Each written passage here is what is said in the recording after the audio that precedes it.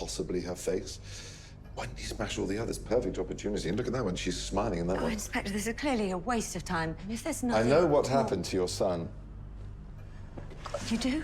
It's quite simple, superficial, to be blunt. But first, tell me, the night of the break-in, this room was in darkness? Well, yes. The porch where it was smashed, I noticed the motion sensor was damaged, so I assume it's permanently lit. How did you notice that? I like the arrogance to ignore details. I'm not the police. So you're saying he smashed it where he could see it? Exactly. Why? Don't know. Wouldn't it be fun if I knew? Mr. Holmes, please. It was your 50th birthday, Mr. Wells, but of course you were disappointed that your son hadn't made it back from his gap year.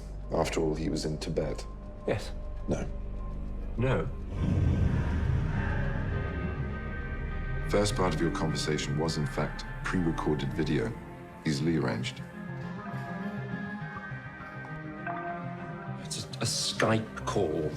The trick was meant to be a surprise, Trick. obviously. Could you take a photo and send it?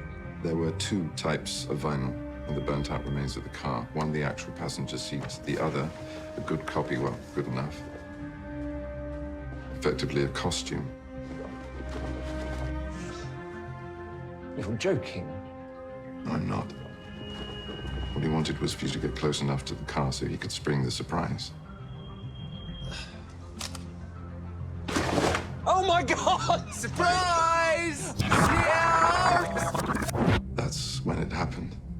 I can't be certain, of course, but I think Charlie must have suffered some sort of a seizure. You said he'd felt unwell. You all right? It's nothing. Probably to the altitude. He died there and then.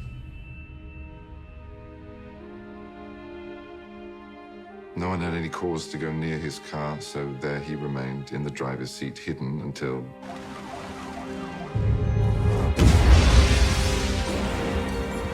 When the two cars were examined, the fake seat had melted in the fire, revealing Charlie, who'd been sitting there, quite dead for a week. Oh, God. Poor kid. Really, I'm so sorry. Mr. Wellsbury, Mrs. Wellsbury.